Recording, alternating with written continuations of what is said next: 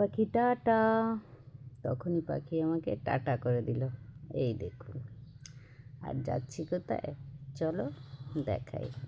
কত সুন্দর কাঁচা রাস্তার উপরে ইট দিয়ে রাস্তা তৈরি করা হয়েছে, খুবই সুন্দর।